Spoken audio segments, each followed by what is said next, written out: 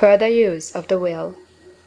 You cannot retain a true and clear vision of wealth if you are constantly turning your attention to opposing pictures, whether they be external or imaginary. Do not tell of your past troubles of a financial nature, if you have had them; do not think of them at all. Do not tell of the poverty of your parents, or the hardships of your early life. To do any of these things is to mentally class yourself with the poor for the time being, and it will certainly check the movement of things in your direction. Let the dead bury their dead, as Jesus said. Put poverty and all things that pertain to poverty completely behind you. You have accepted a certain theory of the universe as being correct, and are resting all your hopes of happiness on its being correct. And what can you gain by giving heed to conflicting theories?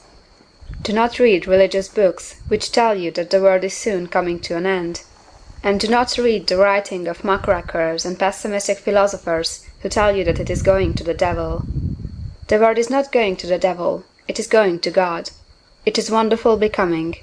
True, there may be a good many things in existing conditions which are disagreeable, but what is the use of studying them when they are certainly passing away, and when the study of them only tends to check their passing and keep them with us? Why give time and attention to things which are being removed by evolutionary growth, when you can hasten their removal only by promoting the evolutionary growth as far as your part of it goes? No matter how horrible in seeming may be the conditions in certain countries, sections, or places, you waste your time and destroy your own chances by considering them. You should interest yourself in the world's becoming rich. Think of the riches the world is coming into, instead of the poverty it is growing out of. And bear in mind that the only way in which you can assist the world in growing rich is by growing rich yourself through the creative method, not the competitive one. Give your attention wholly to the riches. Ignore poverty. Whenever you think or speak of those who are poor, think and speak of them as those who are becoming rich, as those who are to be congratulated rather than pitied. Then they and others will catch the inspiration and begin to search for the way out. Because I say that you are to give your whole time and mind and thought to riches, it does not follow that you are to be sordid or mean. To become really rich is the noblest aim you can have in life, for it includes everything else. On the competitive plane, the struggle to get rich is a godless scramble for power over other men, but when we come into the creative mind, all this is changed.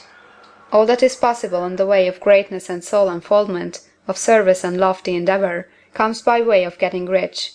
All is made possible by the use of things. If you lack for physical health, you will find that the attainment of it is conditional on your getting rich.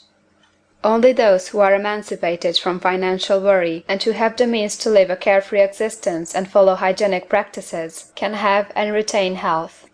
Moral and spiritual greatness is possible only to those who are above the competitive battle of existence, and only those who are becoming rich on the plane of creative thought are free from the degrading influences of competition. If your heart is set on domestic happiness, remember that love flourishes best where there is refinement, a high level of thought, and freedom from corrupting influences. And these are to be found only where riches are attained by the exercise of creative thought, without strife or rivalry. You can aim at nothing so great or noble, I repeat, as to become rich, and you must fix your attention upon your mental picture of riches, to the exclusion of all that may tend to dim or obscure the vision. You must learn to see the underlying truth in all things. You must see beneath all seemingly wrong conditions the great one life ever moving forward toward fuller expression and more complete happiness. It is the truth that there is no such thing as poverty, that there is only wealth. Some people remain in poverty because they are ignorant of the fact that there is wealth for them, and these can be best taught by showing them the way of affluence in your own person and practice.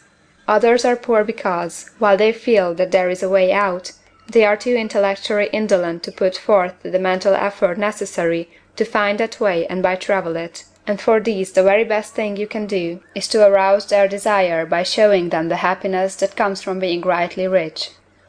Others still are poor because, while they have some notion of science, they have become so swamped and lost in the maze of metaphysical and occult theories that they do not know which road to take. They try a mixture of many systems and fail in all. For these again the very best thing to do is to show the right way in your own person and practice, An ounce of doing things is worth a pound of theorizing. The very best thing you can do for the whole world is to make the most of yourself. You can serve God and man in no more effective way than by getting rich, that is, if you get rich by the creative method and not by the competitive one. This may sound narrow and egoistical, but consider, there is no more scientific method of computation in mathematics than by addition, subtraction, multiplication, and division. No other method is possible. There can be but one shortest distance between 2 points.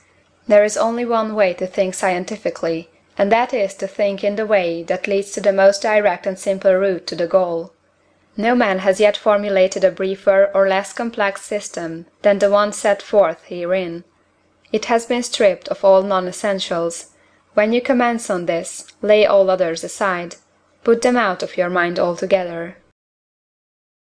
Keep it with you, commit it to memory, and do not think about other systems and theories. If you do, you will begin to have doubts, and to be uncertain and wavering in your thought, and then you will begin to make failures. After you have made good and become rich, you may study other systems as much as you please, but until you are quite sure that you have gained what you want, those in harmony with your picture. Also, postpone your investigations into the occult. Do not dabble in theosophy, spiritualism, or kindred studies. It is very likely that the dead still live and are near, but if they are, let them alone. Mind your own business. Wherever the spirits of the dead may be, they have their own work to do, and their own problems to solve, and we have no right to interfere with them. We cannot help them, and it is very doubtful whether they can help us, or whether we have any right to trespass upon their time if they can. Let the dead and the hereafter alone, and solve your own problem, get rich. If you begin to mix with the occult, you will start mental cross-currents, which will surely bring your hopes to shipwreck. Now, this and the preceding chapters have brought us to the following statement of the basic facts. There is a thinking stuff from which all things are made, and which, in its original state, permeates, penetrates, and fills the interspaces of the universe. A thought in this substance produces the thing that is imaged by the thought. Man can form things in his thought, and, by impressing his thought upon formless substance, can cause the thing he thinks about to be created. In order to do this, man must pass from the competitive to the creative mind. He must form a clear mental picture of the things he wants, and hold this picture in his thoughts with the fixed purpose to get what he wants, and the unwavering faith that he does get what he wants, closing his mind against all that may tend to shake his purpose, dim his vision, or quench his faith. And in addition to all this, we shall now see that he must live and act in a certain way.